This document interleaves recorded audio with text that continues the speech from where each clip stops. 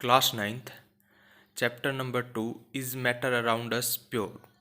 देखो, class first के अंदर में हमने चैप्टर नंबर 1 के अंदर में हमने मैटर्स के बारे में पढ़ा था। ठीक है, मैटर्स क्या होते हैं? मैटर वो होते हैं anything which have mass and occupy space, जिसके अंदर में मास हो और जो क्या करे, जगह घेरे, वो क्या है? मैटर्स हैं। ठीक है, मैटर है सारे के सारे। अब इस चैप्टर के अंदर में पढ़ेंगे हम टाइप्स ऑफ मैटर। ठीक है, सबसे पहले तो मैटर क्या, ये मैटर जो हम जितनी भी चीज़ें देखते हैं क्या वो प्योर है? प्योर का मतलब क्या? देखो, इन जनरली अगर प्योर की बात करें तो जिसके अंदर में कोई अल्ट्रेशन ना हो, मतलब जिसके अंदर में कोई मिलावट ना हो। एग्जाम्पल के तौर पर मिल्क। देखो, हम मिल्क को क्या कहते हैं? नॉर्मली बोलते हैं कि भाई मिल्क अगर दूध है वो मेरे पास में प्योर कब होगा? जब इसके अंदर में पानी की अमाउंट ना मिली हो। ठीक है, बाहर से क्या हो, पानी वगैरह ना मिला रखा हो। लेकिन क्या एक्चुअल में पानी वगैरह ना मिला रखा हो तो भी मिल्क प्योर है? नहीं, क्योंकि मिल्क के अंदर में पहले से ही क्या क्या चीज़ें प्रेजेंट है? फैट है, जैसे और क्या प्रेजेंट है? प्रोटीन्स हैं। ठीक है, ये सारी की सारी चीज़ें क्या है? प्रेजेंट है इसके अंदर में, किसमें? मिल्क के अंदर में पहले से ही। ठीक है, एटसेट्रा और भी बहुत सारे जैसे मिनरल्स हैं, ये सारी के सारे। तो क्या ये प्योर कहलाएगा? नहीं।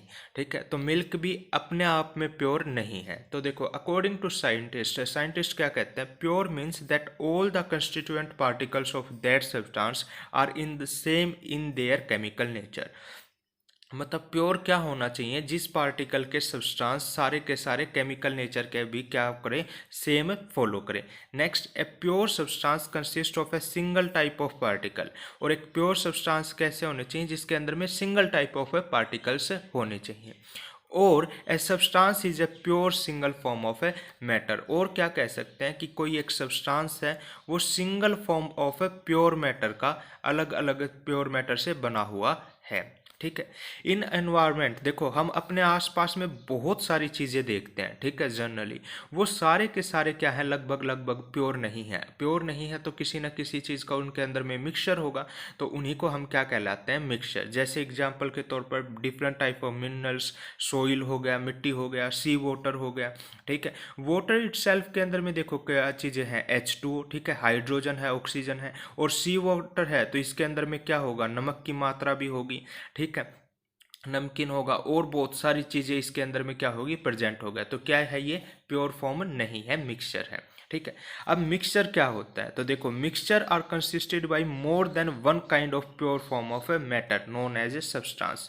तो वो सब्सटेंस जिसके अंदर में बहुत सारी चीज़ें अलग अलग टाइप के मिलके बने हों उनको हम क्या बुलाते हैं? मिक्सचर बुलाते हैं। ठीक है, बहुत सारी डिफरेंट डिफरेंट, जैसे वाटर का एग्जाम्पल ले लो, इसके अंदर में एक हाइड्रोजन एटम है और एक कौन सा है? ऑक्सीजन एटम है। ठीक है, तो वाटर भी क्या है? मिक्सचर है।